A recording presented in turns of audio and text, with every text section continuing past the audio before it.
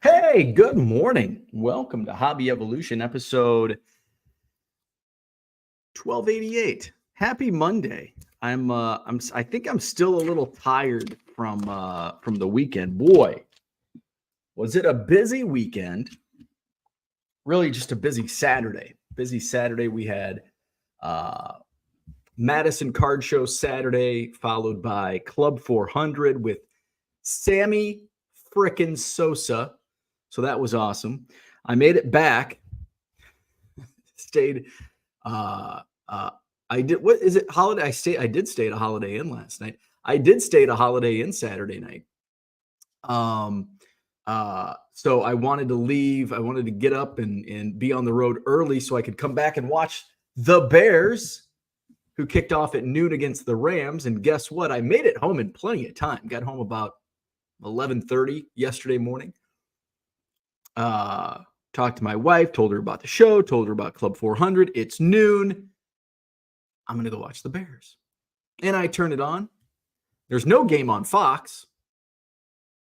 CBS had the Packers and Vikings. Fuck. I don't get the Bears game. Now, I'm not paying for NFL Sunday ticket. I'm fair weather. I'm more interested in this year's Bears season for obvious reasons, because I am a fair weather fan.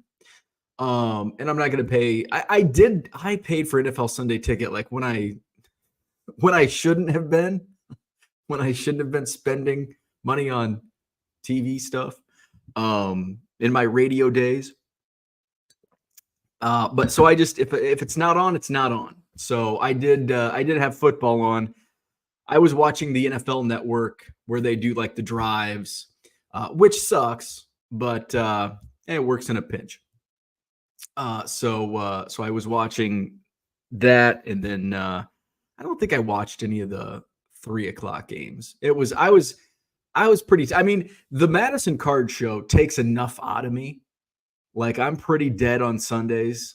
And then when you compound the Madison Card Show with a Club 400 event, I was tired, physically, mentally exhausted yesterday. I actually got a lot of auctions scheduled for Tuesday night. So our Tuesday night auctions, 99centcards.com. We've got, what do we have? About 75 auctions live, right? Well, for Tuesday night auctions, I've got about 250 probably auctions live right now. 75 of which, trying to do the math here, 100, 175. Yeah, probably 250, close to 250 at least. So those auctions we'll live stream tomorrow night starting at 7 p.m. And Central Time, and we'll go live and watch and count down. This week's auctions, Tuesday auctions, are phenomenal, and I kind of had an expectation that these would be. This is a great auction. This is a great set of items up for grabs. Thursday, I did have auctions start, and so those end this coming Thursday. Those are the Wisconsin-based auctions. So get your bids in now. I've got a whole bunch of Giannis cards. There's a Wisconsin Badgers ticket stub from 1929 that I thought, this is a pretty niche item. It'll probably sell for 99 cents. Somebody's going to grab it for 99 cents. Apparently more than one person wants it. It's now up to $26. So that's what we like to see. I think the only other bid on the Wisconsin auctions is a Beckett 9.5 blue refractor auto of Hunter Morris, maybe, of the Brewers, and that's up to like $325 plus shipping.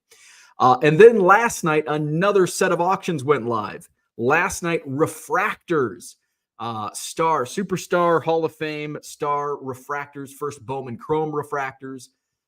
Those are up, all 99-cent auctions. Those went live last night. So get the bids in, 99centcards.com. Haven't added much buy it now lately. And what did I say on Friday? What did I say on Friday or Thursday? I said this weekend, my sales are gonna suck. And guess what? This weekend, my sales sucked. Told you. And guess why my sales sucked this weekend? No, it's not the economy. No, it's not the algorithm. No, it's not eBay torturing me, punishing me. It was because I wasn't listing anything good. I listed a few things, and what I did list were like $1.50 cards, $2 cards. I didn't really list much. I've been focusing on auctions the last few days. Now I want to, now that I've got 3 auctions going at the same time right now, I'm going to focus on Buy It Now, both on eBay and Collex. You can also find me on the Collex platform, COLLX. Download the app. It is not web-based, but it is app-based. So you can download the app. Find me 1 million Cubs on Collex. I think I'm up to 100 and first week on Collex, less than 2,000 items for sale, and they're all pretty much commons. 116 or 118 cards sold in the first week. So pretty happy with the early results over on Collex. And I just want to make sure, because that's secondary. That's my secondary platform where it's basically just going to be commons and low-end stuff. So I want to make sure that I am feeding my eBay store so I don't go into poor sales, because my sales fell short of my target 4 days in a row. Sunday, Saturday, Friday, Thursday, and Wednesday was just barely above what my target is. So eBay or auctions will definitely pump it. This week will be good. My Tuesday night auctions are on fire right now. So we'll have a good Tuesday tomorrow. Hopefully we bounce back. Maybe I'll get some listings up today. We'll see. A lot of shipping to do. So we'll see. So enough shilling on eBay and Collex. 99centcards.com is my eBay store. 1 million Cubs on the Collex app. COLLX. What a great weekend, though. Madison Card Show and Club 400, the party with Sammy Sosa. Special guests were there. Ed Lynch was there. Turk Wendell was there. Current Cub, Ethan Roberts came. It was a great time. We'll talk more about Club 400. We'll talk more about the Madison Card Show. Let's go to the chat, see who's here. Good morning. Happy Monday. Todd Richardson's in the house. What's going on? Tom, East Coast Tom. He was set up in Madison on Saturday. I told him, because every month, Tom and I hang out during the show. We hang out after the show, either at the bar downstairs and have a late lunch, early dinner. Or last month we went down the street to a restaurant. We talk about, well, let's get together and do something. And you know how I am not a planner. I do not plan things.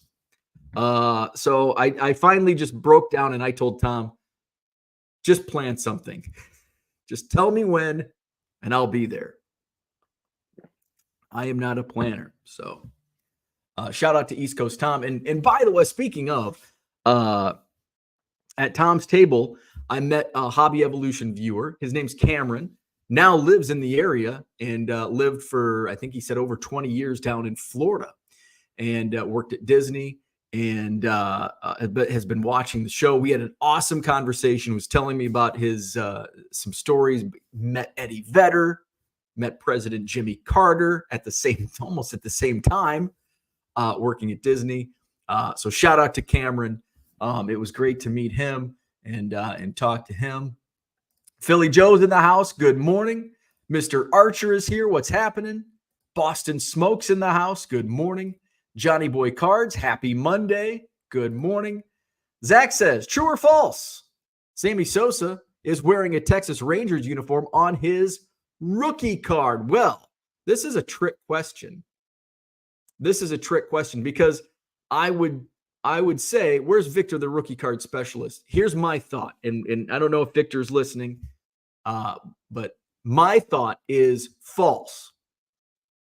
Now, Sammy Sosa does have Texas Rangers cards, but I would consider those XRCs, not rookie cards. I would say he's wearing a White Sox uniform in his rookie cards, plural, Topps, Donruss, Fleer, and my favorite, Leaf. So I'm going to say false. I don't know what Zach's going to say, or if Victor, the rookie card specialist, is here, but my thought process is false. Sammy Sosa not wearing a Texas Rangers uniform because those cards were XRCs, and his rookie cards would be the 1990 various White Sox cards. That's my final answer. Cooter's in the house. Good morning. Low Roller wants to know, did you watch illegal streams? No, because they're annoying as shit. There's pop-ups, and I don't want to deal with it. So no, I would rather just not watch the game than have to deal with the illegal streams. Christian, good morning. Happy Detroit week. Lions and Tigers and Bears with a nice win yesterday. Lions and Tigers and Bears. Oh my, Tigers are in. Is it what? Tigers, Royals, Orioles? I'd root for all of those. I hope the three, of course they all three can't win, but I hope it comes down to one of those three teams. Orioles, Tigers, Royals, as opposed to the division winners, which would be the Yankees, Guardians, and who's in the AL West? Who won the AL West? Rangers, not the Mariners, not the Angels. Was it the Rangers? I don't know. Let's see. George is in the house. What's going on, George? Fall Creek Collectibles says on 2 of his rookie cards, ... Zach's got more trivia. Which former U.S. president presided over the trade sending Sammy Sosa to the White Sox? George W. Bush. I think I have video of Sammy actually talking about that from Saturday night. I took a few videos. I tried to do short form videos so I could, based on the question and the topic, I did tweet out I think just one of them, which was the biggest one about coming back to Chicago, and obviously he hasn't been here. Been back to the Cubs. George says Fidel Castro. Philly Joe says Obama. Fall Creek says Bush Sr. Good morning, Mark Marinello. Zach, more trivia. Which White Sox player involved in the Sammy Sosa trade threw a no-hitter for the White Sox during his rookie year? And I think that was Wilson Alvarez. Tom Coleman is right on top of it. That would be my guess, Wilson Alvarez. East Coast Tom got that one. Cooter says Ethan Roberts takes a picture with you and the next day picks up the L, the Bo curse. Ooh, I was hoping nobody would pick up on that. Yeah, man. Ethan came into the game, 10th inning yesterday, final game of the season against Cincinnati. Picked off. Of course, they have the ghost runner. So he enters a dirty inning with a runner on second base. Picked him off. 1 away. All right. And then gave up a hit into left field, I think, to who was that? Was that Maley or Rayleigh? Can't remember. And then Ellie De La Cruz came up. And then, or maybe Jonathan India, Ellie De La Cruz. And anyway, he gave up a couple runs. Cubs lost. And that sucks. The Bo curse. Billy Joe Smith. What was that? Was that in must have been the third trivia question. Answer to question 1 is false. There you go. So that was what my thought process was. XRC. There was the Donruss. What was it? It wasn't the rookies, was it? It was Donruss. It was like Donruss Best or whatever that 89 Donruss was in the Rangers uniform. And then he had, was it a Topps Big? He has a couple Rangers pre-rookies or XRCs. John wants to know if I'm going hunting today. I'm just celebrating a Chicago Bears win, 2-2 on our way to a 10-7 season, as predicted here on Hobby Evolution. Low Roller says you were not listing because you were running out of free listings. That is not why I'm running out of listings. I'm running out of listings because I haven't been listing by choice. I have been listing. I've been listing auctions. And I've been shipping and really getting prepared for this weekend, with more so the Madison Card Show, but then also Club 400 event. So that's why I wasn't listing. Zach and Porter says, question, which former American League MVP was traded to the White Sox for sale? That's George Bell. That's an easy one. Bringing Sammy to the Cubs. Good morning, Brian. What's going on? The Gem City Card Show is coming up, I believe, this Saturday, correct? In Quincy, Illinois. Ed Lynch was great in Dokken and Glee. So speaking of Ed Lynch, so we're standing around, and it's me and Ethan might have been there, and maybe Turk Wendell too. And there were like 4 or 5 of us standing around just talking, and I'm wearing my Pearl Jam shirt. And Ed Lynch points at me and he goes, come here. And I'm like, why does Ed Lynch want to talk to me? And he goes, Eddie Vedder played in our fantasy camps. And I did know that. He's been playing in the Randy Hundley camps and all that. So he's like, he's a hell of a little baseball player. So Ed Lynch was talking highly of Eddie Vedder and his baseball prowess in fantasy camp. David, good morning. Zach says, East Coast Tom, when you speak to Bo over lunch, does he talk about auctions and collects a ton or just a Bitcoin? Max says, Tom was mean to Dad after the show, LOL. Uh-oh.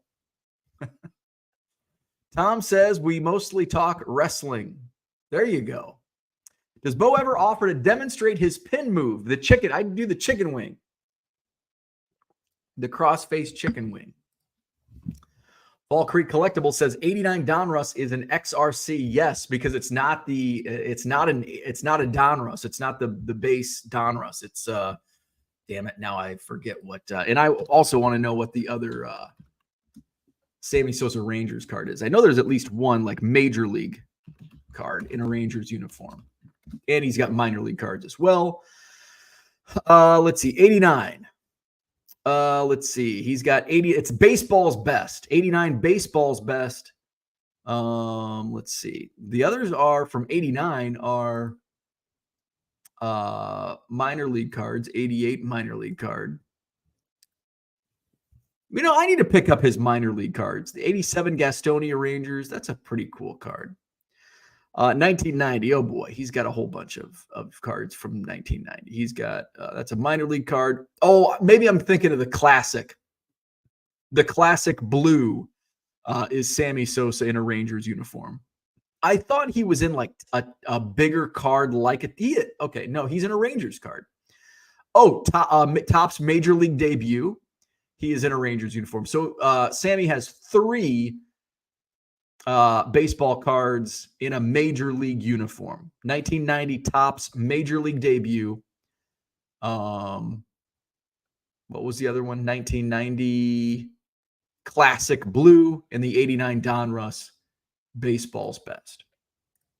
Tom says, Max, I announced my intentions loud and clear. What did I miss? Zach says Frank's former neighbor is correct. Max says, that's what he told me on the way home. I just laughed. Speaking of Hallmark Christmas movies, happy 42nd birthday to Lacey Chabert. So she is younger than me by 3 months. Lacey Chabert. Happy birthday. My favorite Hallmark Christmas movie actress, Lacey Chabert, and Mark's as well. John says, if all his various rookie cards are worth zilch, then is it really a topic of conversation? Yes. We don't care about value here on Hobby Evolution, unless we're talking about eBay sales. Then we care. But no, we don't care. I learned that from John Keating on Bench Clear Media, talking with Mike Moynihan. He doesn't care about value, so we don't care about value. Especially on Sammy Sosa. Philly Joe says, Victor's Chat GPT video is great. Give it a watch. Interesting. I will have to do that. Zach says, I could be a playoff team too if I played the White Sox for 30 games, right? Mark says, Mets get to torment me one more day. There's a double header, I think, right? Double header, Mets and Braves. Is that who's playing? John says, Astros. Dummy. True or false? Sammy has changed race more than Harris. John doesn't even follow baseball. Zach says, sorry, John, I don't put a value on cards. Those Sammy cards are priceless to me. Oh, Astros are the AL West winners. No George H.W. It was George W. Bush. That's what I thought. Frank's former neighbor is 2 for 2. George W. Bush. Low Roller says just use ad blocker. So Ethan's best pitch was to second base. It was. Unfortunately, yesterday, it was. But hey, even a Hall of Famer has a bad day on the mound. Good morning, Kyle. What's going on? George Bell. Lee Elia, not there. Apparently, he's in really poor health. Lee Elia has been one of those guys so Bob Ibach, who was there, he was the Cubs PR director under Dallas Green. Dallas brought him over from Philadelphia and worked for the Cubs throughout most of the 80s. And he was close to Lee Elia. He was the guy that had to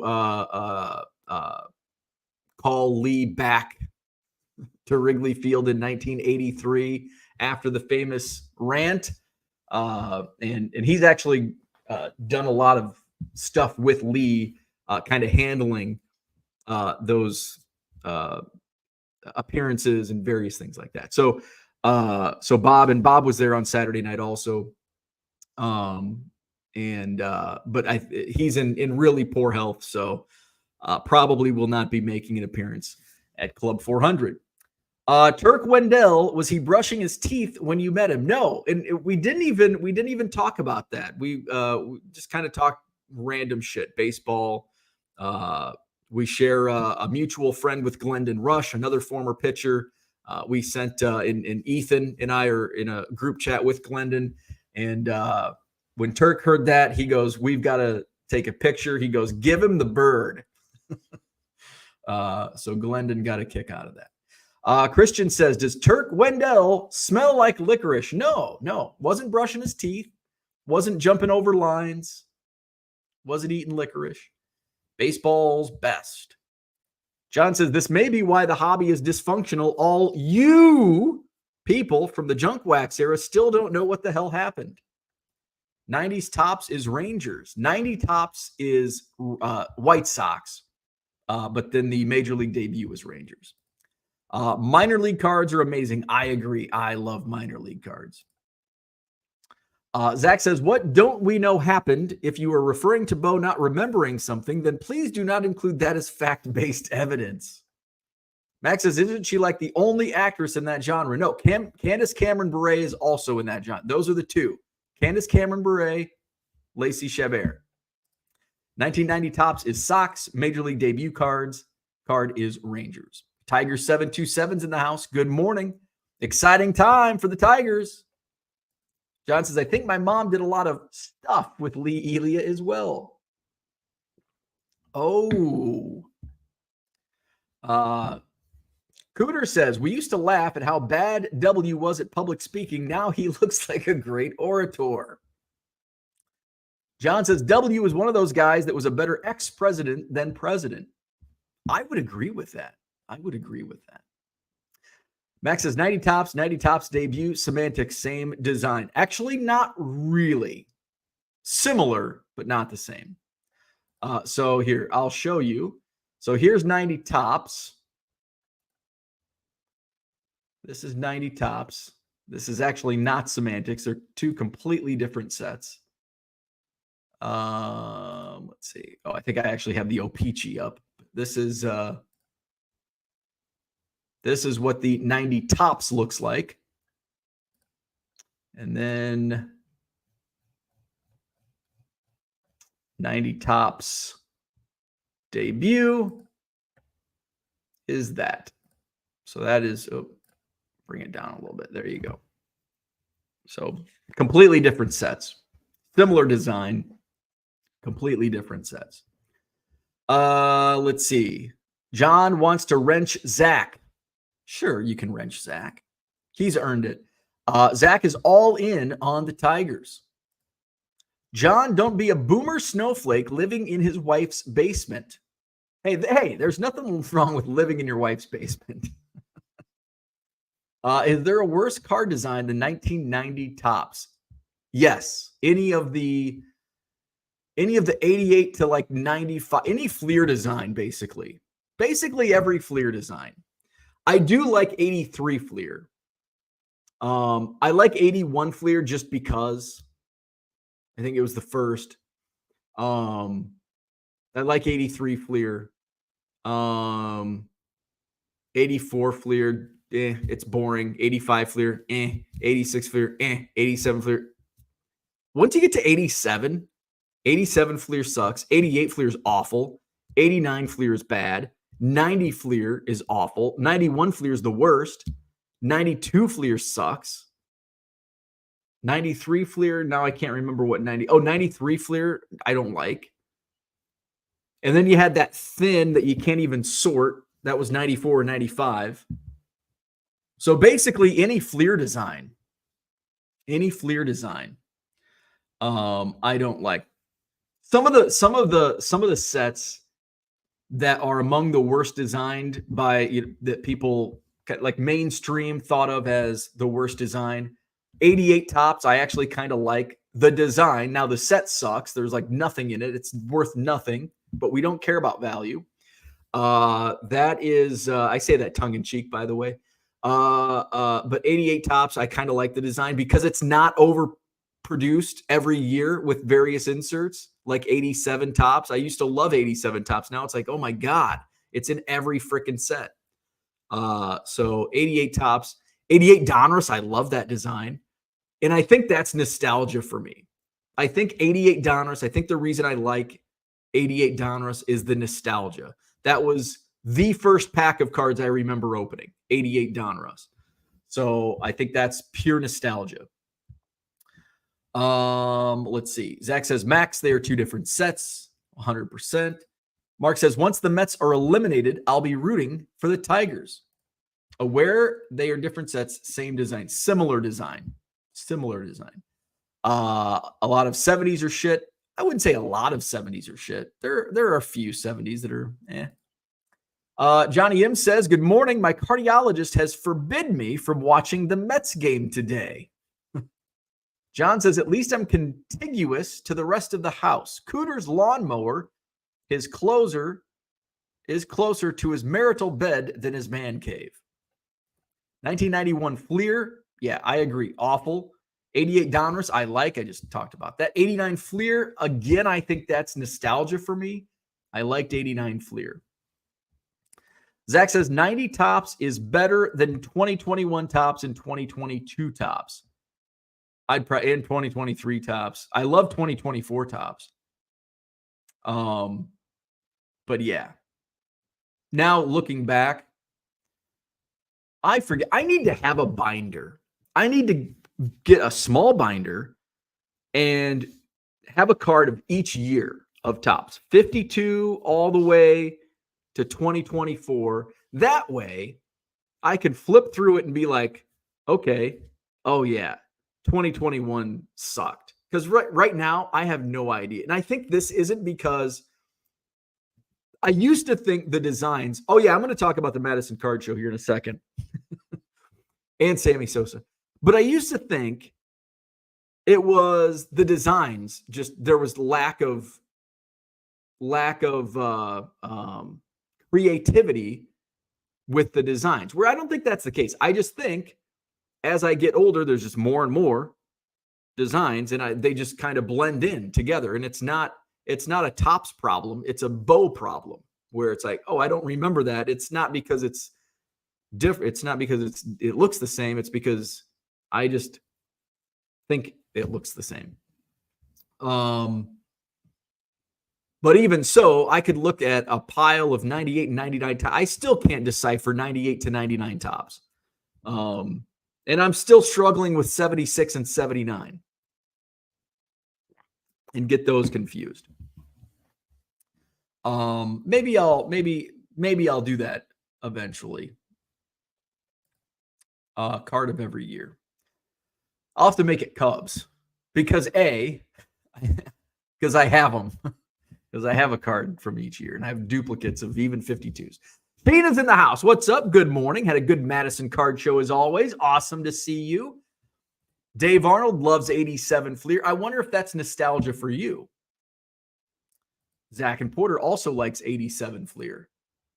All right. I got to look at 87 Fleer because starting to... Now, I'm only bringing this up because it's there's 87 Fleer. There's old Max Venable. There's Dan Plesac. Yeah, I don't know. I don't like 87 Fleer. Yeah. Not digging it. Not digging it. John says, interesting how no vintage sets were mentioned. Vintage is 1980 and earlier. I thought vintage was 79 and earlier. I didn't think 80 was vintage. I like the 88 Fleer design. Johnny M says. Terry McDaniel, good morning. Max says 87, 89, 90 are great. I hate 90 Fleer. 89 is okay. I don't like 87. I hate 90. I hate 90 Fleer and I hate 91 Fleer. 88 Donruss was the first case I bought. Retiring at age 20 was the goal. 84 Donruss, yes. 84 Donruss, one of my all-time favorite designs. Agree. And that's across all brands. Same here. It might, in fact, be my favorite all-time design. George says, hey, Dan, ordered a 4-gallon tank for some shrimp only. Are you going to eat the shrimp or is it just for pets? John says, are we saying card design is officially dead? I wouldn't say. I think there's just so many products that we don't care about design anymore. It's just there's so many, back in the day, in the vintage era, there was one set a year. So design was more important. Now it's just another release. Next month, you're going to have another product. Next week, you're going to have another product, or maybe another 4 products come out next week. It's diluted. So our thoughts on designs have been diluted. So is card design officially dead? So maybe it is dead because of that. So yeah, maybe it is dead just because we have so many products out there. If we only had Topps every year, we'd probably still care more about now we still, I think collectively the hobby still cares about the design and is still half are going to like it, half are going to hate it, just like everything else in the world today and yesterday. Orlando, good morning. Christian says, my Hill, if the borders on 91 Fleer were black, that said would be an all-timer. Christian, I agree. Those Provisions, amazing. 91 Fleer Provisions, amazing. 91 Fleer yellow, ugh. 90 Fleer white, ugh. 91 Fleer black Provisions, awesome. Cooter says, no, my lawnmower lives on the other side of the city. Same here. Mark Marinello says, the early Fleer and Donruss sets are beautiful. Really, after 1985, all 3 companies got lazy. John says, if you have to put a coat on over your pajamas to visit your cards. Zach says, Anderson has a good pull there. If Donruss used the blue design from Baseball's Best instead of the red, it would be even better. Blue border ink dots for the win. Tom says, I agree. The Provisions are fire. Yeah, I'm on board with that. Dan says, awesome to George. Have you been looking at shrimp? Neocardinia or Cardinia? Ooh, I didn't even know about that. We're learning shrimp talk. Zach says, I was referring to 1990, by the way. I don't even wear underwear when I visit my cards. Raw dogging. TMI. Orlando says, Donruss had great years, 84, 86. Max says, I think I broke even Saturday. There you go. Good or bad? Neocardinia for George. There are some 90s Upper Deck sets that have multiple designs within the set. It drives me up the wall. Plesac rookie card right there. George says, I put a few Bloody Mary in my current community tank. They have done a great job cleaning up. Victor's in the house. Good morning. Cooter says, my main PC lives in my wife's basement as well. Only modern stays in the man cave in case an EF5 wants to redistribute them. Max says, I was talking tops 87, 89 Fleer. Oh, okay. 87, 89, 90. I love 89. I love 87. And 90's okay. Fleer didn't have much to look at until the 90s, 2000s, but then they were untouchable. The backs of 84 Donruss are vomit-inducing. George says, pet shrimp, not for the dinner table. Offbeat All-Stars in the house. Good morning. Zach says, each set has 40, 50 designs based on variations and inserts. That is impacting this. Good morning, Flawed Thinker. Mark says, I'm sure John and Cooter can agree the best part of growing up in the 70s was finding out what the new Topps design was. And I think that still takes place today. Like, I'm still interested in what the design will be when they release it, which they usually release it kind of around this time, shortly after or around the playoff time. I thought it was like September, October usually. We missed Kyle's comment. In the late 80s, I think Topps was trying to look like the 60s. 88 Topps has similarities to 66, 87 to 62. That's a good point. 83 to 63. Red Light 34 says, good morning. What's going on? Dan sold some Japanese Menko today and about to buy some stocks with it. Red Light says, thank you for the cards. Got them yesterday. Thank you. I appreciate it. Cooter says, the best part of the 70s was having only one flagship set to collect. See, and I would not like, as a quantity guy, I would not like that. I like the variety. And I don't care if there's 300 different set products because I don't have to have them all. Like, I am not a completionist. Is that a term? I am not like, I don't have to have every single card. So I'm okay with that. Zach says, I'm out of here. I'm going to go add up the value of my Sosa collection, sell them to pay for groceries. Later, Z. John says, Zach, I love you, man. Flawed Thinker says, almost bought a Ryan Zimmerman prospect auto the other night that I already have. Then I saw that I have the only one graded by PSA and decided against it. Not sure if I made a good decision. I think only you can make that decision. Was it a good decision? Was it not? Porter says, good morning. I set up at my first card show yesterday. Had a great sales day, had lots of fun, and met some really cool people. Can't complain about that. There you go. There you go. Dan says, and those shrimp are so tiny, they are not worth eating.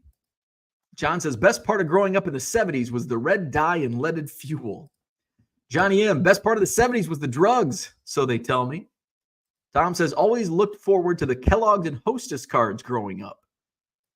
Dan said, did the Triple H ticket come back yet? No, it probably won't be back for a while. Tickets take a long time at PSA.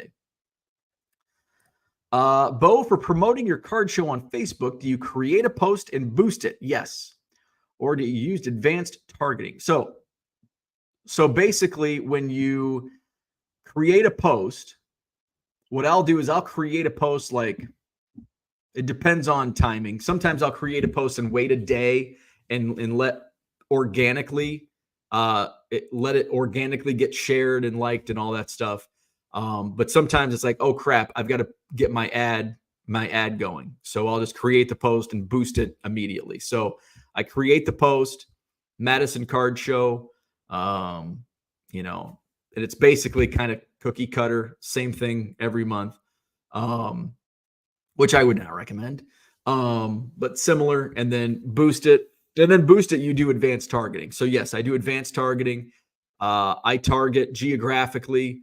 Now this is something I would say, as your show grows, your range grows. So I would target like a 50-mile radius or 100-mile radius within, probably with Quincy, I'd say 100. And that way you get, to a first-time show with 30, 40 tables, you're not going to get somebody driving in 3-4 hours away. So I just grow it out. If your show grows, grow that range out. So regionally, within say 100 miles. And then for interests, Topps, baseball cards, Pokemon, Magic the Gathering, and then I'll target like the local sports teams, Cubs, Brewers, Packers, Bears, Vikings, Twins. So that's kind of how I roll. John says, a chap named Flawed Thinker, not sure if he made the right decision. The internet. Mikey's in the house. Good morning. He's currently at work. Have you seen Red Dawn? I think they've done a remake. I've seen the original back in 1986, 84, 86. I've seen the original. If they've come out with a new one, I have not seen the new one. Flawed Thinker says, I saw my Yamamoto Finest auto redemption is finally shipped. Only took since release day. Hey, that's pretty fast. It took me 3 years to get my Andrew Vaughn Bowman Chrome auto. George says, you're working Mikey. I figured you were chasing the lady around with a tube of Astroglide. Little pleasure spray. How many bottles of pleasure spray were used this weekend? John says, Red Dawn was a little too close to reality when it came out. So the Madison Card Show was this past Saturday. I had more issues. I had more dealer issues this weekend than I've had in several months, and I had 60 less tables. I had a couple no-shows. One was paid, so it didn't bother me as much, but I don't want empty tables, especially when I turned 75 people away.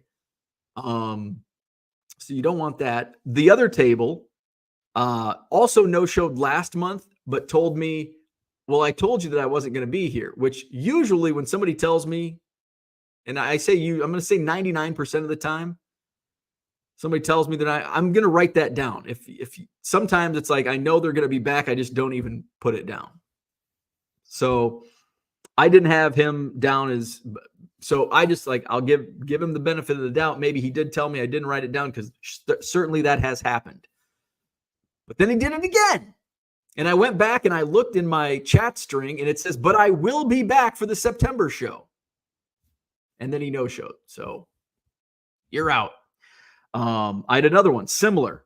Well, I told you I wasn't going to be there, but he's also told me he was going to be there and doesn't show up, and told me he wasn't or was going to be there. And I've looked back and it's like, no, that's not what you said. So that's annoying. Fortunately, I was able to cover all the tables. Some late cancels, which happens. It's car trouble season. I get car trouble. I've had car trouble. Cubs convention, I've had car trouble. Had to rent a car to get to Chicago. But it's weird when it just all of a sudden when it rains, it pours. I also, and it was like, I was so looking forward to this show because it's smaller. I'm going to have less issues. I have less people to deal with. I have less tables to set up. It's just going to be so much easier. And then, of course, the Sammy Sosa event's the same day. And then on Thursday, the hotel reaches out. Hey, we wanted to let you know in advance that we're going to be short 10 tables. It's like 2 days before the show is not advance notice. Fortunately, I have the tables, and it wasn't 4 rooms. So I have the tables.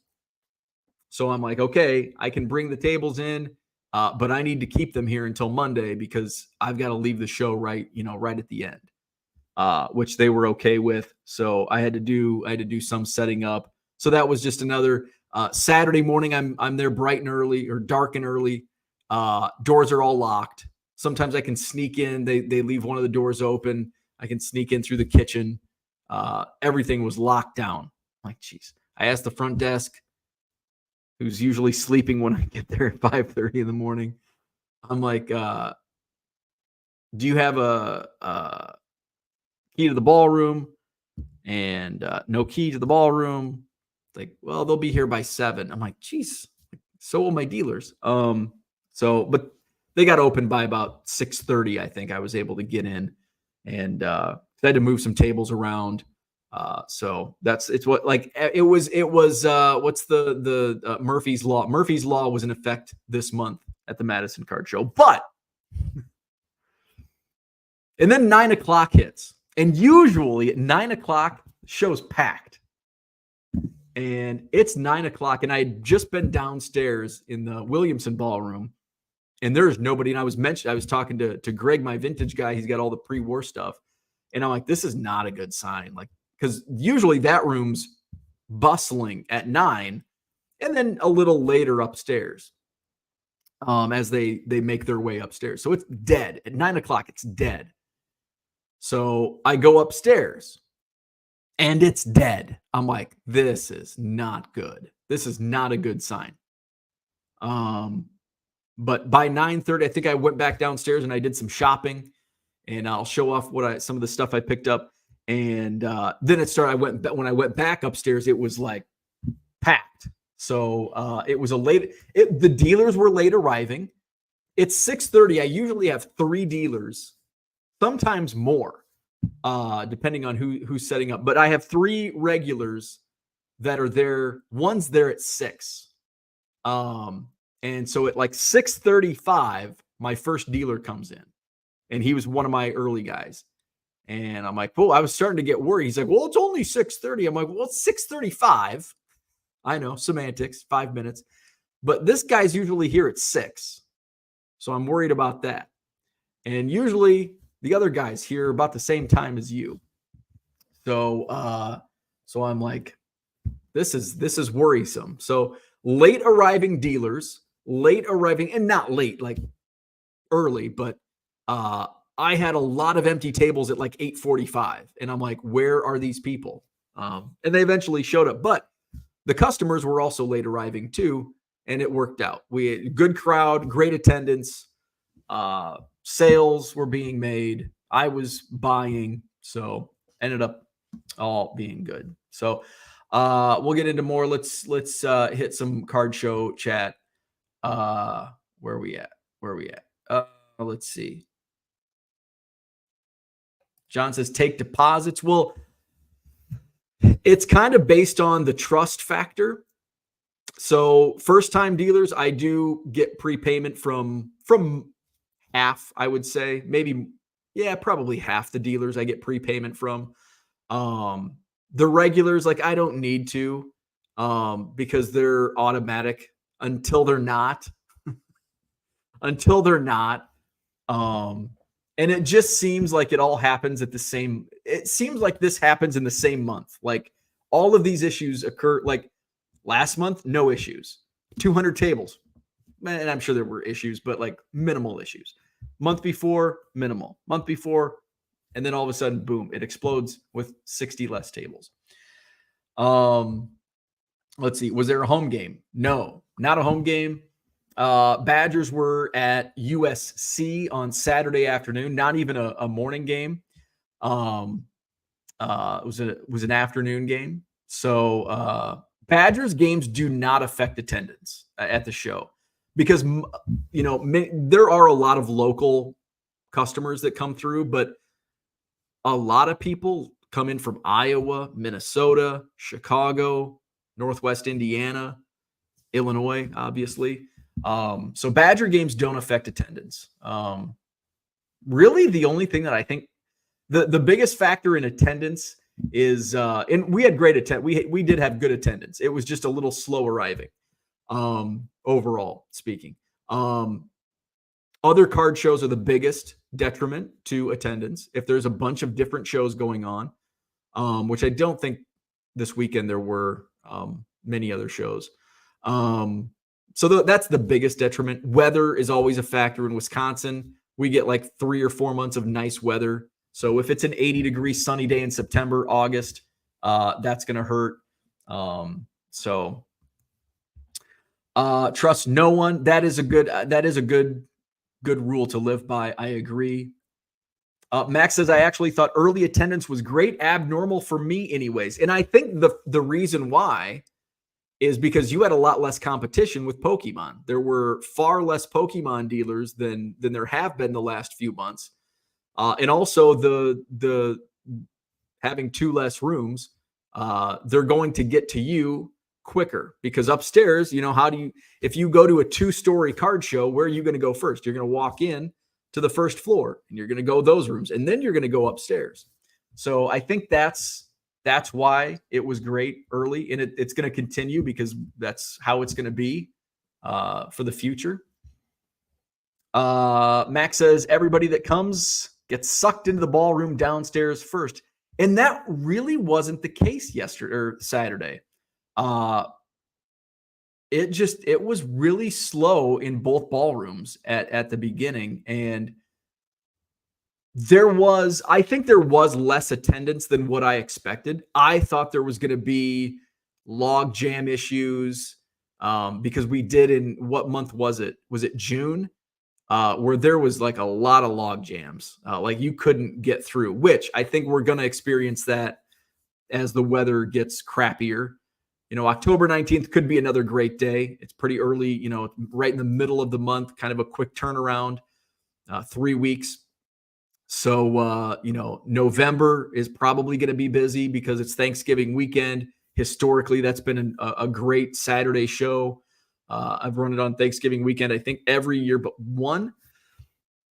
December, we ran it right after Christmas last year. I thought it was going to be a dud, and it was one of the most trafficked shows of the year. So we'll see. Every show is different.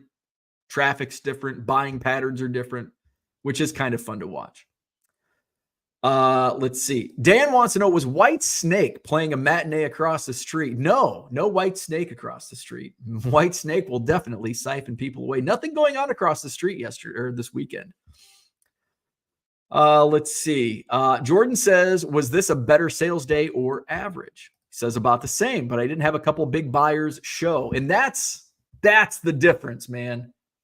When I have bad shows, it's because my regular buyers don't show up. That's the thing. When the regular customers that you sell to don't show up, that's what hurts. I still did usual business, but didn't see much of an increase. Was giving Bo shit when I said I broke even. Hey, and I took more of Max's money because I sold some Pokemon. Did I share this with Hobby Evolution? I don't know if I shared this, but was it last week? I don't know when it was. I think it was before last weekend because I had a family reunion, so I was kind of cleaning out my car a little bit. I had a bunch of stuff in my back seat from the Goodwill pallet, and there were a couple binders that I just tossed on the floor in the back seat, and I was bringing them out, and I opened one up. One was one of the new Padfolios, and it's completely empty, and I'm like, oh, I can use this. Saves me $15. And then the second binder, I open it up and it's Pokemon.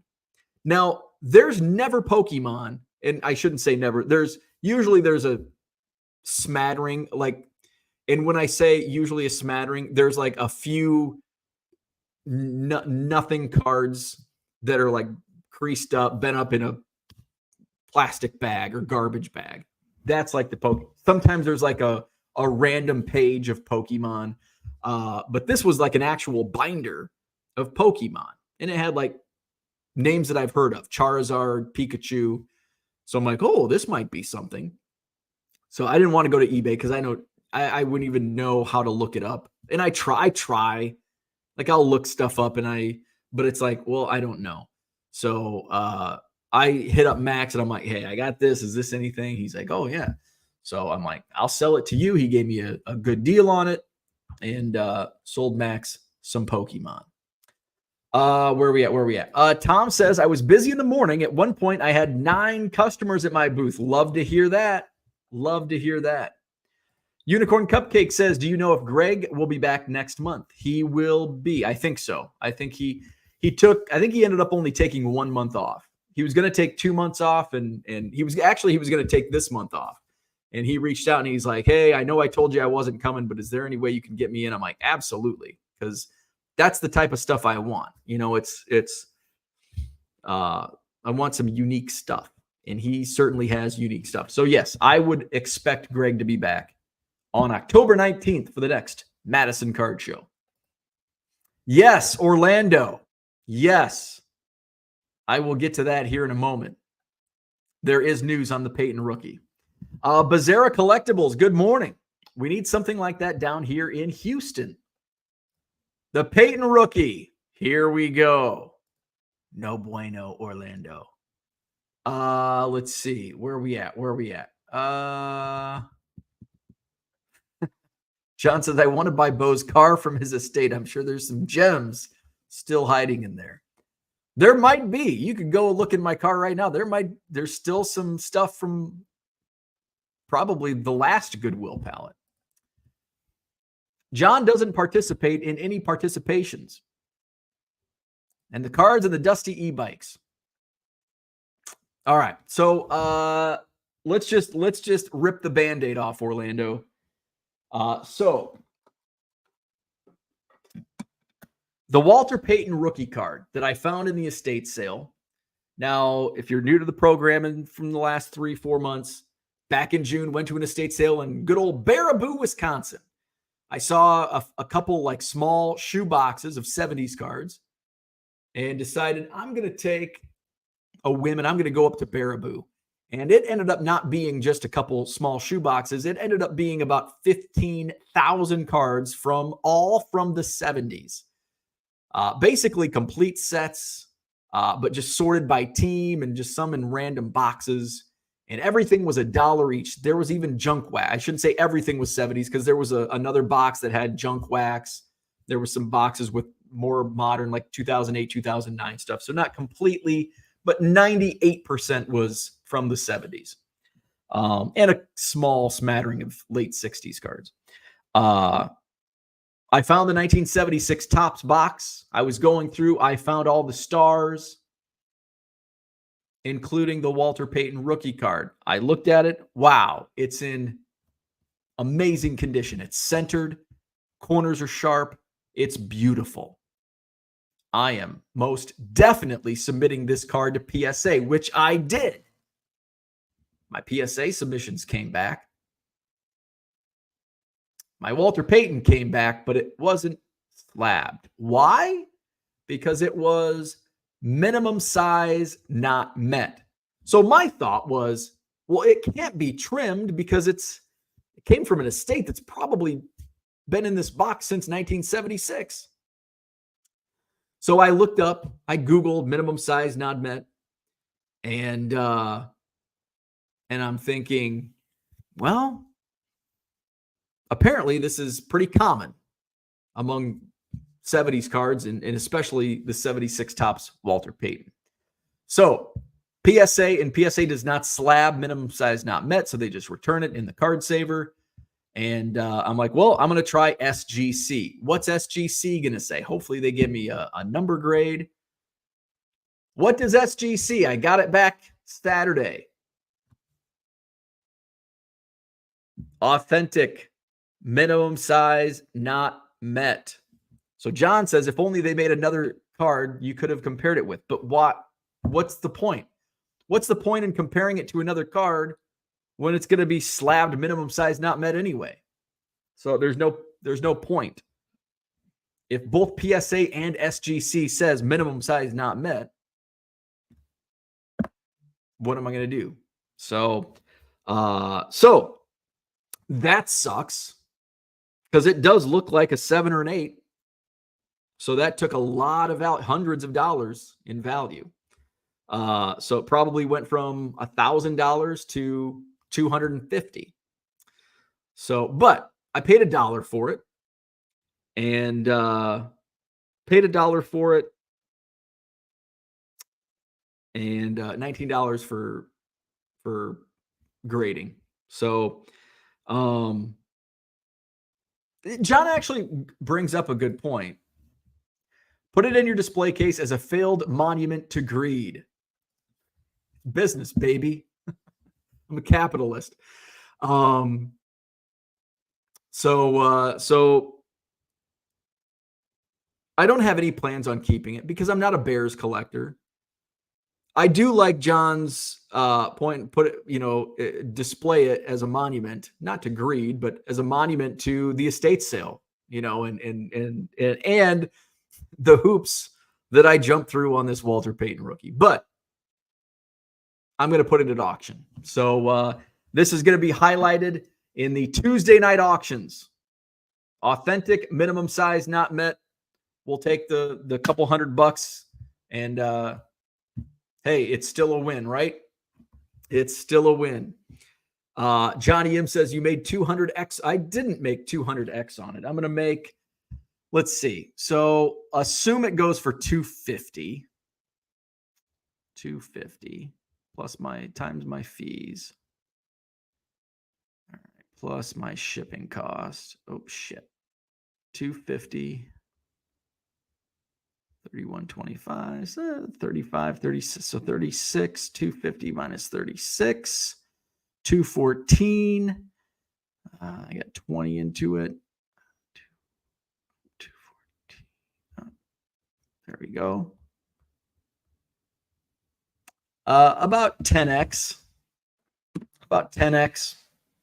I probably could have done that all in my head without using the calculator. So $20 into it.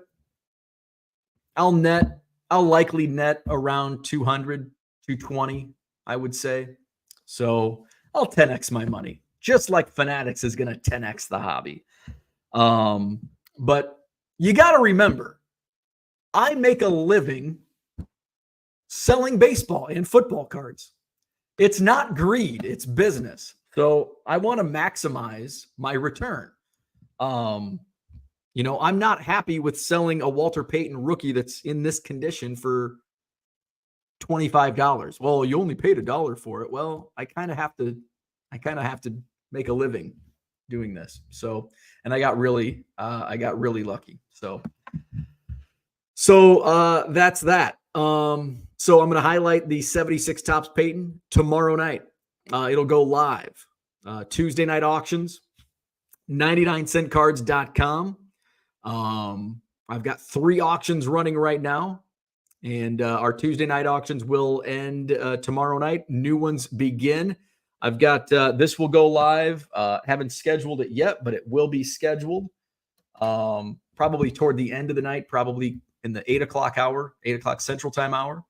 I did, however, the greed gods, the karma came back and got me in a good way, though, because in the latest Goodwill palette, there was a Derek Jeter, not the latest, the last Goodwill palette. There was a Derek Jeter 93 SP, and I was graced with a PSA 8 on the Derek Jeter 93 SP. So PSA 8, and that is a very nice card. That will go buy it now. So I paid. So Johnny M calling me greedy. John Keating calling me greedy. I'll make 100x on that puppy. So I'll get my 100x back. So also in Tuesday night auctions. So these are cards that I picked up. Let's see. Those I think I'm going to save. So I did pick this up. Pete Crow Armstrong. Can we Venmo you 200 for the Payton? No, you cannot. Immaculate Collection. Pete Crow Armstrong. Jersey relic numbered to 35. It's Panini. I don't care. So that's PC. Picked up vintage slab, low grade. 1959 Topps, Johnny Padres. This might go in tomorrow night's auctions. I haven't decided if I'm going to hold some of these back or not. So 59 Topps, PSA 4, Johnny Padres. Let's see. We got a 96 BBM Ichiro, PSA 7. I don't think these have much value, but I'm going to put that at auction. Some of these I may hold until next Tuesday, but I did want to buy. I wanted to buy some stuff that I could put at auction, highlight at auction. Some of this I might break even on, might even take a small loss on some of this stuff, but it will give me, something to highlight at auction. This I had to buy. I haven't decided what I'm going to do with this, if I'm going to put it as a buy it now or put it up for auction. But Will Greer Greer, I don't know how to pronounce his last name. Will has been a big name in the hobby because of Jeff Wilson. So how about an RPA? Sticker price on this was $15. Now I got a discount on the bulk that I bought, and I think I paid 75% of sticker on these. So whatever that is. I paid a few bucks for this. Ernie Banks, numbered to 99 museum collection. So I'll get that added to my trading card database. Another Cub, Burl Caraway. He's just been really struggling with injuries. This is a Panini USA auto patch, numbered to 25. Sticker on that was $4. I probably got it for like $3, I think. Let's see. This, I don't know. Since Jordan Love came back for the Packers, wrong side, I picked up the premium press proof rated rookie Malik Willis. So I may hold on to that because he didn't start yesterday. We'll see if Jordan Love will be back in. This is pretty cool. Maybe I can start a Bears beat. Maybe I will keep the Walter Payton. I'll add the Velus Jones Jr. RPA. But he's been out. He was not active for yesterday's game. So this will probably, I'll hold on until he returns to action for the Chicago Bears. So that won't go in this week's auctions. Let's see. This I'm going to keep until probably he's like, I think the number one prospect now in baseball. So this is the worst time to sell prospects. So I'll probably hold this until like January. It's Leaf Optichrome, So Money, Roman Anthony autograph. This is numbered out of 9. Of course, it's Leaf. But I should be able to make a few bucks on that. Jackson Holiday, Chrome Refractor rookie. Little refractor. So I may put that at auction. We'll see. Orioles in the playoffs. So that's something that I may put up. A couple more. Actually, I think I'm going to leave that in the. It's just a one-touch. Oh, well. Jamison Tyone. Patch Auto. Team USA. Number to 899. J-Mo had a great season for the Cubs this year. This was marked at 20. I think I got it for 15. Chris Bryant. Panini USA auto, numbered to 399. Who would have thought you could get something like this for $15? These were going back in like 2016, 2017. These were going for close to $200, and I got that for 15. So those were some. Let's see. Drew Lock, I think, is the new starting quarterback for the Giants. PSA 10 rookie card. So I'm going to hold off on listing that until next week. I got a CJ Stroud optic rated rookie. I might put that at auction this week. Kumar Rocker, Leaf auto, number to 99. I missed the boat. So I think I'm probably just going to hold on to that. Maybe I'll list it as a buy it now and let it sit in my store. Let's see. Anything else? So that's what I bought. I did buy some more. I bought Dell was set up. I bought, how many cards did I buy? I bought like 160 cards from Dell. He gave me a great deal. I bought 88 Tom Brady cards. I think after the deal, I got them all for like 35 cents, somewhere in there. And some other stuff that I have listed at auction this week. Some other stuff that I'm holding on to. And some other stuff that will be at buy it now. The Tom Brady's will probably go in a lot. The Brady's are newer. So I'll probably lot those up and sell those as a lot. So good to have Dell back at the show. So that was awesome. I did get back, of course, I got the Jeter and Payton back. We just showed. I did a submission of how many? 1, 2, 3, 4, 5, 6 Cubs cards in my PC. I don't know if any of these will make my showcase behind me. Maybe actually, yeah, a couple will probably. So, let's see. Is that? Yeah. Okay. So I got this card. I bought at the National last summer. It was a binder card, and I've always wanted a Fred Merkle card because, of course, Merkle's boner in I believe it was 1908, and he ended up late in his career, ended up playing for the Chicago Cubs. So I always wanted a Cubs card of Fred Merkle. Found one at the National last year. And this came back. It's hand-cut strip card from 1919. Came back authentic altered, which I don't care. I just want it in a tuxedo. You know, my Cubs PC for pre-war, I don't care if they're trimmed, altered. As long as they're slabbed, that's all I care about. This 1922 American Caramel Zeb Terry, I think I bought this on eBay. This came back a 3, so was happy with that. Doesn't really increase value, but I was happy with a 3. Always great to get pre-war cards higher than a 1. This card I bought, I think I bought this in one of the vintage Facebook groups. This is my 4th Old Judge card. This came back authentic evidence of trimming, which I'm okay with. It's Emil Geiss, so it's not like it's a big card. I'm glad they slabbed it. You know, if they didn't slab it, I would be more upset. Authentic evidence of trimming, I don't care. It's slabbed. That's all I care about. These cards, the next 3, I bought from Pre-War Cards. I think his name's Anson on Twitter, and he does some great Sunday night sales. This was several months ago. He had some E91As, which are really tough to find. There's not much. They're not crazy value, but they're super hard to find.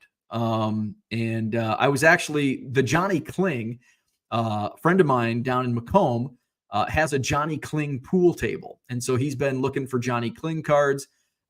We were actually looking for an E91A Johnny Kling at the National 2 years ago. Didn't find one. Went to every vintage booth. Didn't have one. This is an E91A, actually graded a 1 of Johnny Kling. But I got to keep this for myself because I didn't have one. It was like, we're at the National. We're looking for him.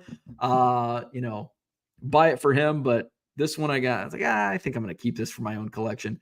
The Frank Schulte also came back a 1. I'm always happy with 1s. Again, I don't care as long as they're slabbed, but it does look nicer with a number there. Let's see. Again, that's for my personal collection. And then this is also where good karma came back. I had a E91A 3 Fingers Brown that I bought on eBay, and it was a PSA 1. I don't like PSA for pre-war cards. And I had it cracked and submitted to SGC. And of course, it got an SGC 1, which I'm okay with. And then after it was graded and given to FedEx, it was lost. The whole submission from that group sub was lost. So I did get my money. I made money on it. I think I paid $400. I think I got $600 in insurance money back. And I ended up making a few $100 on the other stuff. But I wanted the card more than the money. Fortunately, I was able to get this, and I got this at a phenomenal price from the Twitter sale. 3 Fingers Brown, E91A, authentic evidence of trimming. I don't care. I mean, it's just an absolute beater, but I don't care. I kind of like beaters. I wish it looked more like the Schulte or Kling, but oh well. It's a real card, and you can tell it's really old. So that was those were PC submissions. The 3 Fingers Brown, I'll find a spot. Somebody's going to get replaced in there. Maybe the Bo Superfractor will get replaced. Who else has been there? Which I hope, the Old Judge, just because I have the other Old Judges up there. I hope PSA usually take submissions at the Dallas Card Show. Because if they do, I will bring my Bo Superfractor down to Dallas next month. So 1 month away, almost 1 month exactly, and I'll be hanging out with Cooter. We'll be driving down to the Dallas Card Show. So looking forward to that. So overall, Madison Card Show was great, even with the headaches that we had early in the morning. John says he's never seen PSA at Dallas. Damn. So overall, Madison Card Show was great. Picked up some good deals. Sold my Pokemon binder to Max. So had a good day. Looking forward to the next one, October 19th, where I won't have to get out of there super early. So looking forward to October 19th, Madison Card Show at the Sheraton Hotel, John Nolan Drive. I will be set up at a show, and I may actually set up at the October show. So I'm considering setting up at the October show. We'll see. I will be set up only SGC at Dallas. Damn it.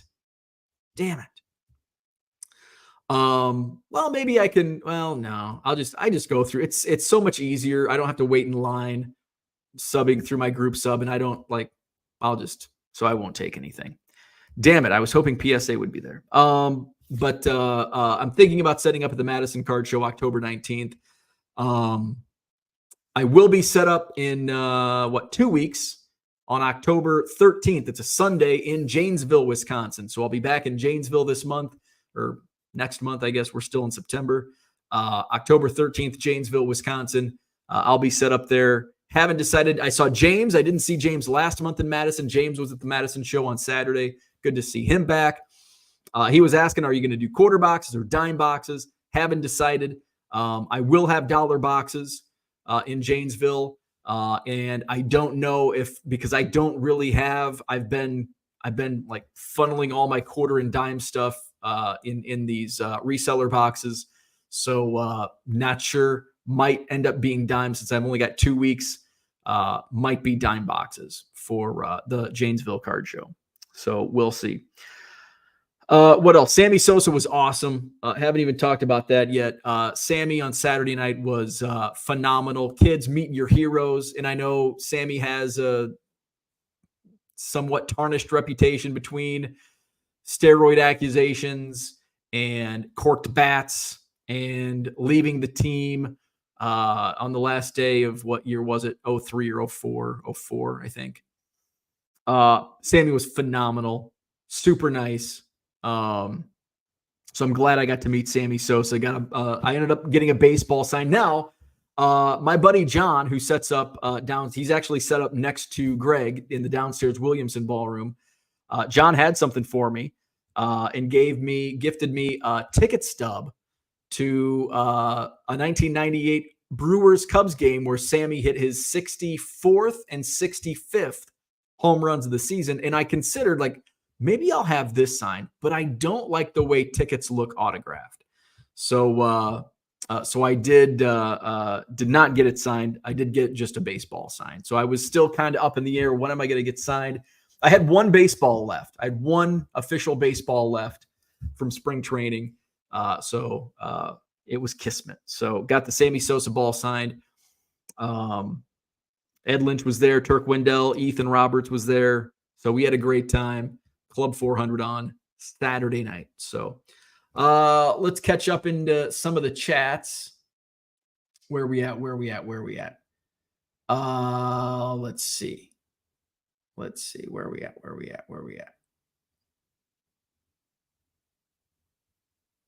JG says, could be the start of 1 million Bears cards. I don't know about that. I do love Bears cards. I do, and I especially like the 70s and 80s Bears cards, but I think it's because I just don't see too many of them. I am not going to start a Bears collection, but I do love looking at them. I love looking at them and then selling them. George says, Porter, I'm on top of the proverbial pecker jokes. Max says, it's okay to be greedy. You get offended like it's a bad thing. It's got bad connotations. I don't like being called greedy. I'm not greedy. I'm a capitalist, which I guess some people probably think they're the same. And that, I guess that's okay. You can think what you want. If that means running a business and making money is your goal, then call me greedy. Let's see. Unicorn Cupcake says, not too bad. Congrats on the Jeter. Let's see. The Anthony Thomas experience. What's up? Good morning. When you do an auction, do you list all your cards at one time? So the very first, great question. The very first time I started doing auctions, this new wave of auctions I've been doing the last few weeks, I basically did it. I started it to get rid of old inventory, like some of the higher dollar stuff that overpriced. Basically, I just want to move this. I'm paid out on it. Let's just move it for whatever price it sells for. And I bulk submitted them to auction. Bulk crossed it from buy it now to auction. And that was not fun, especially because I was doing a live stream. And I like following the auctions because it's exciting. Like, oh, is it, especially when you're getting last second bids. And you can't do that when they all end at the same time if you're watching them. Now, if you're not watching them, I guess it's okay. I like the staggered approach. Now, from like an algorithm standpoint or anything like that, I don't think it probably does much difference. Maybe if you have buyers that are looking at multiple auctions and they do like to manually snipe, then it's probably better to stagger them. But now in the age of Gixxon and sniping tools, I think it's better to stagger them. So I've been staggering them. George says, wait on PC in Arizona next spring to autograph that. He's going to ignore you. Right. Brian says, you might want to look up the definition of greedy. Jordan says he needs it. It'll be at auction. Walter Payton rookie at auction. Dictionary was written by poor people, so I don't trust it. Timothy Little, what's up? 1 million Bears cards. Next project. No more million card projects. Max says, appreciate you, Unicorn. Intense, selfish desire for success. More people should have it. There you go. Is that the actual definition of greedy? If that is, then let's look up greedy. Greedy definition. Having or showing an intense and selfish, see, selfish is bad though. Having or showing an intense and selfish desire for something, especially wealth or power. Greedy thieves who plundered a defense contractor. Similar, having an excessive desire or appetite for food. So I don't know if I really because do I want a desire for wealth? I mean, I guess if you break it down, like there's parts of the definition of greedy that I do have a desire for wealth, but I don't think I have an intense and selfish desire for wealth, and I don't want power. So parts of that, I guess I agree with. George says, the only dictionary I use in teaching my students is Urban Dictionary. Unicorn Cupcake says, how can you ever help others if you don't help yourself first? Amen. It's okay to want everything, but you have to know you can't have everything. That is a great, profound comment. It is okay to want everything, but you also have to understand you can't have everything. I agree. Porter says PCA would be the perfect cover boy for a Topps Too Cool for School insert set. Jordan Brown says, where's Mr. Archer or sports card ripping teacher to settle this? Orlando says, beautiful picture on the old Judge. So all of the pre-war that you have shown proves that if it looks sharp, it really is too good to be true. Yeah. Got my trim, then chatterbait. I'm drunk, so y'all just ignore me. Jordan says that blows. John says, never seen PSA at DCS. Could be wrong. By the way, I love those old pre-war cards regardless of grades. That's not drunk talking. I agree. Same here. Only SGC at Dallas. Beckett as well, if they are still a company. Remains to be determined. That's how I submit most of the time, is dropping off at a show. Saves so much on shipping. Saves on shipping. Saves on, I just have to fill out the little sheet like my name, my address, and the card. Here, they handle the shipping. They handle any shit that goes wrong with it, like if FedEx loses the package. What was Sosa's appearance fee? So VIP tickets were like $600. Regular tickets for the autograph and photo were they dropped the tickets down to like $350. I paid $375. So I paid the initially they were $400, and then I got a little discount, which ended up being more than what the people. But I'm like, keep the money. It's for charity. So I paid $375 for Sammy Sosa, and it was well worth it. Max says, yes, capitalism is greed. It's okay. Okay, then I'm okay with it. Orlando says, vote to Mangini for hobby president. No tax on cards. Hey, that's got my vote. From PSA show list, Dallas Card Show, Marriott Dallas, Allen Hotel and Convention Center, October 31st to November 3rd. Oh, really?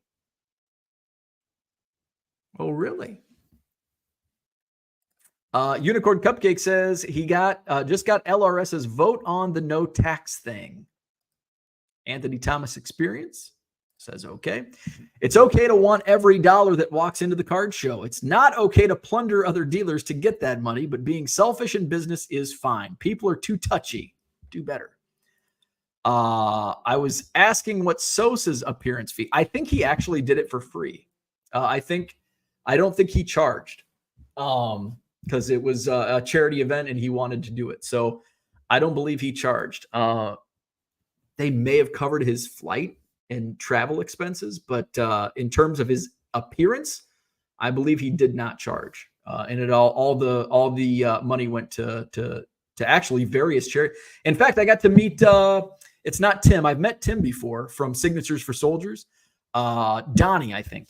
I don't know if I put it in my wallet. I think his name's Donnie, but he's also a part of Signatures for Soldiers. They were a sponsor, and I think they received like $5,000. A bunch of charities got money. Let's see. Max Wise and the voice of reason today. John says he didn't do it for free. I think he did. Unless you know Sammy personally. I worked for an artist that did nothing but charity events, $100K each time. She did it for charity. So now I will say most of the players that appear get paid, but there's part of a charity that benefits. So yes, many times, yes, they do get paid. Sammy did not get paid. Sammy did the appearance for no fee. George says, I never do it for free. Do it all for the nookie. Max says, Jordan, I am every day. Many just disagree with reason. Max and I disagree on a lot. So do John and I. But we're still friends. Carrie says, but I agree with Max on the greed and capitalism. Carrie says, any thoughts on the Dallas Card Show coming to Chicago? I think it's silly. I think it's weird.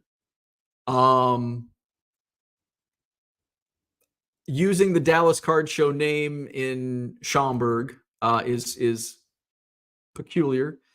But yeah, I don't know. I think they're struggling to fill tables. I know that they were reaching out to dealers still, in the show I think is next weekend. It's more of an autograph show. I know Ellie De La Cruz is going to be there. Bo Jackson, Frank Thomas. So they got some decent names.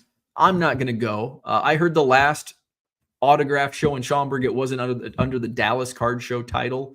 It was kind of a dud from a card show standpoint. So I'm not going and don't have any interest in going to the show in Schaumburg, which I believe is next weekend. I'm going to take the weekend off and enjoy my basement. And then go to Janesville. Actually, no, I think it's in 2 weeks. I think it's the same weekend as the Janesville show. I think it's October 12th. So I think it's in 2 weeks, not next weekend. I think you mean nonprofits in general, not just artists do it that way. Victor says, Stu did mention in an interview that he did not get paid. Maybe somebody paid him, but he did not. Club 400 did not pay Sammy Sosa. Maybe somebody else did. So I can't say Sammy Sosa didn't get paid. He didn't get paid by Club 400. All the money that people paid Club 400, all that money went to charity. None of it went to Sammy. He did not accept payment from Club 400. Maybe there was an underwriter that said, we'll get Sammy out here, we'll pay him, and you keep all the money. So I don't know. I can't tell you the exact financials, but I can tell you Club 400 did not pay Sammy Sosa. Let's see. Max says, speak for yourself. Wait, what they call a Chicago show. It's called the, here, let's,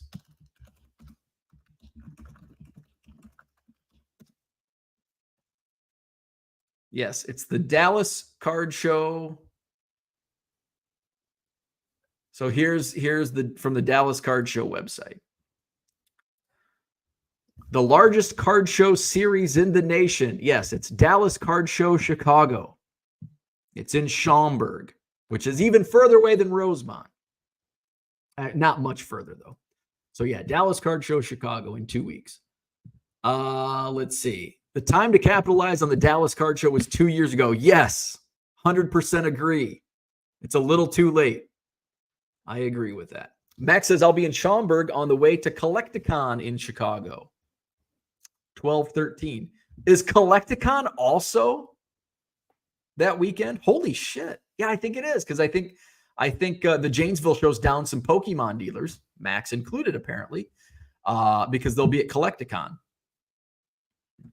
Wow. So there's the Chicago show and the Dallas Card Show in Chicago, and Collecticon the same weekend. There you go. There's the oh, you can't. Oh, those are not, I don't even have to click that and tell you those are not accurate numbers. Those are severely overpriced numbers. Most of the athletes on those websites don't get anywhere near that price tag. Those are also, I think, third-party websites.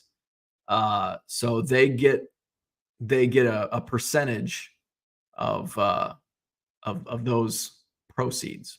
So John says, I like how there's empty tables in the ad, right? Max says, I'm going to buy in Chicago. Jordan says, is this your first Collecticon? John says, can you even rent basements in Chicago? There are basements in Chicago.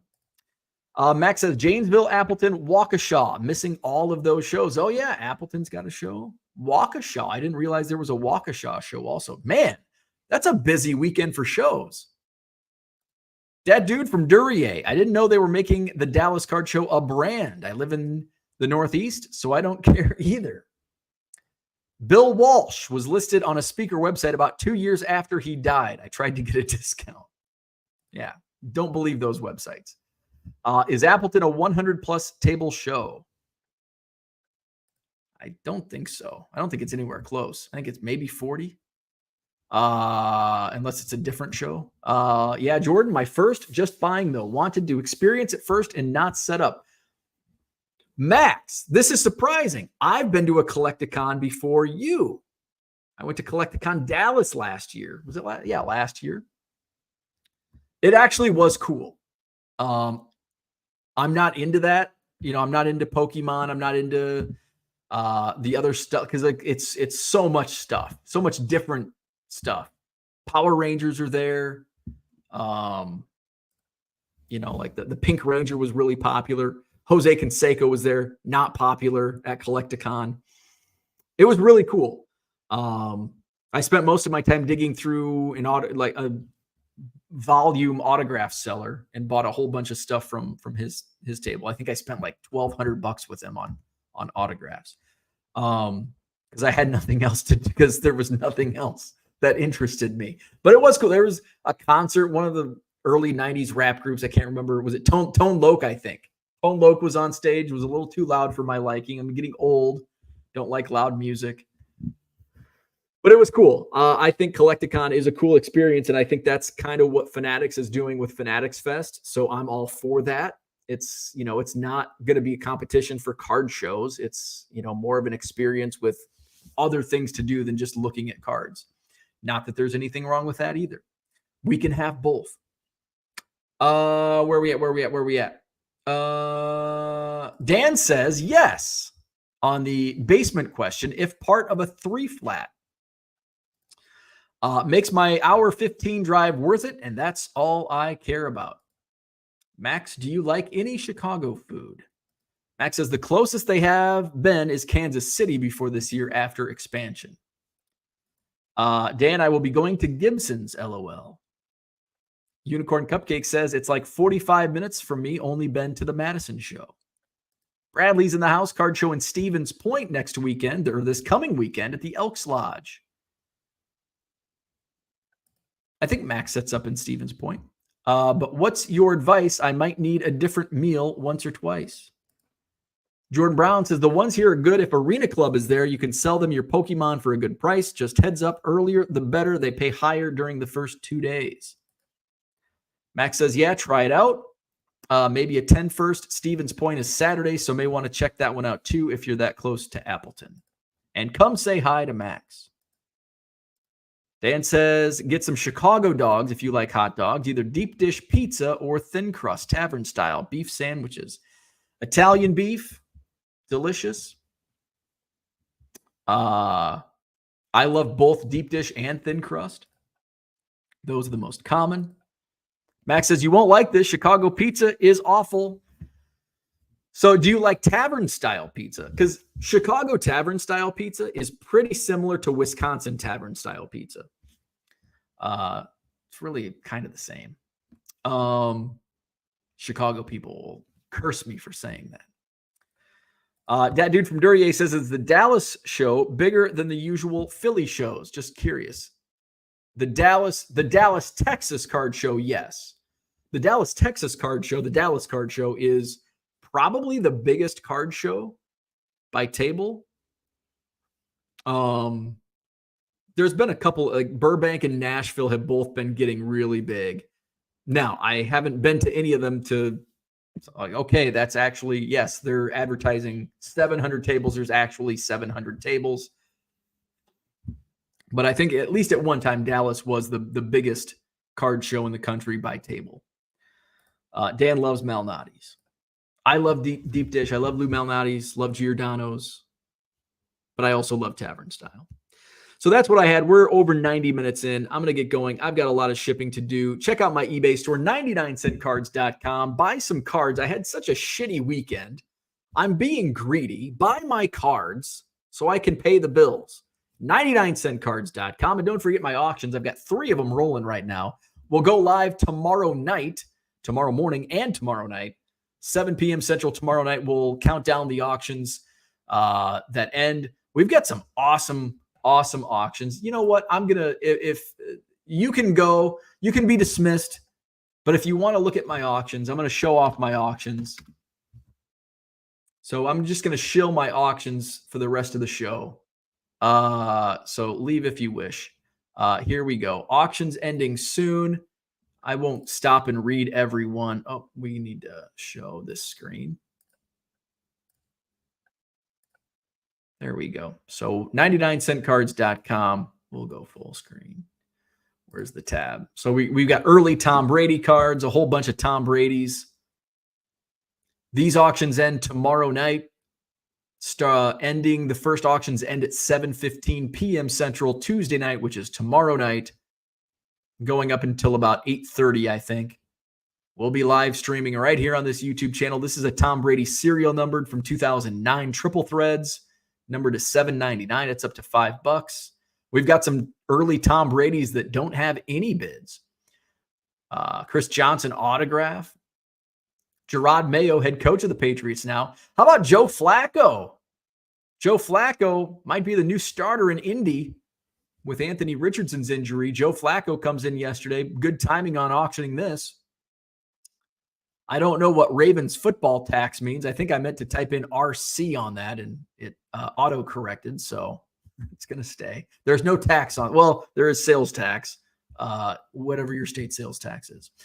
Patrick Turner, RPA, only at 99 cents. I've got a Drew Brees rookie card, a Reggie Wayne rookie card from Topps. 90s insert of Emmitt Smith. I love this one. Beanie Wells with Beanie spelled out on the relic from Triple Threads. This is numbered to 25. Only a 99-cent bid on that. Brett Favre serial numbered to $7.99. No bids on it. Michael Jordan Washington Wizards card. Dwayne Wade rookie. LeBron James SI for kids. Now I'm shocked at this. LeBron James high school SI for kids is at 99 cents. Now let's go down a little further and I'll show you another SI for kids that's way higher. Oh man. But I want to talk about some of these. I've got some Chris Sale rookies. Diamond Anniversary and a Chrome Refractor. Got the Pat Tillman rookie. It's already up to $18.50. Dan Marino rookie. I should have submitted this to PSA. I am now kicking myself for not subbing this to PSA because I think it's a high grade. It's the best of the three that I had. It's already at $38. Ken Griffey Jr. rated rookie. Michael Yelps. Look at this. Breanna Stewart, SI for kids. The LeBron James is at 99 cents.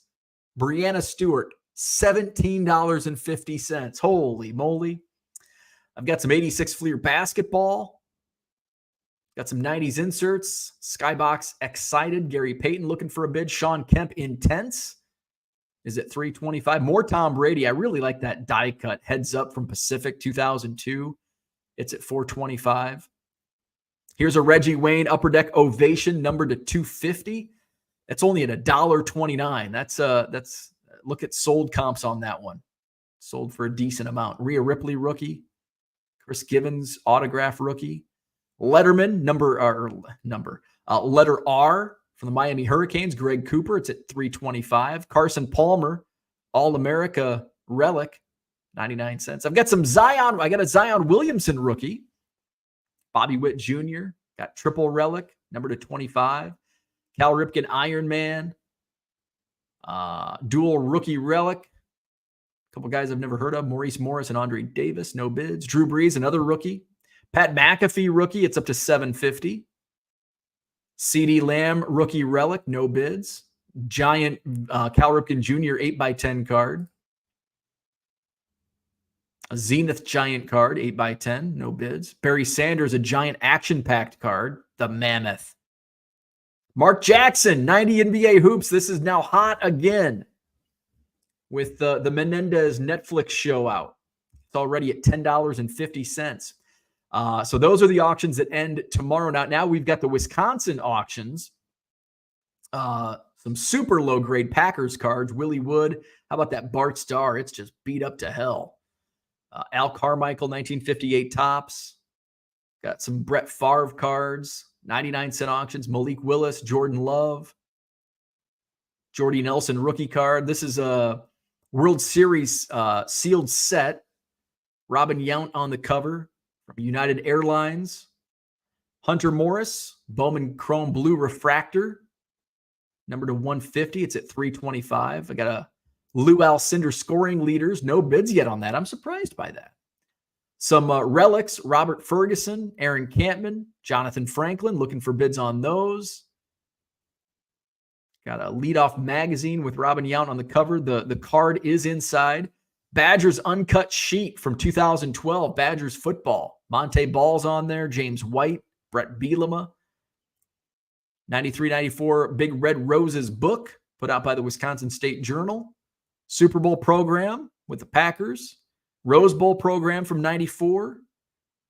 Another program for the Brewers. Robin Yount tribute. Eddie Lacy. A whole bunch of Giannis cards. Look at all these Giannis. Looking for bids on all these. 99-cent starting bids. Check it out, 99centcards.com.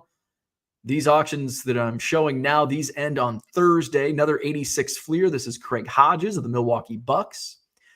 Here's a shocker. Wisconsin Badgers ticket stub from 1929 against Colgate.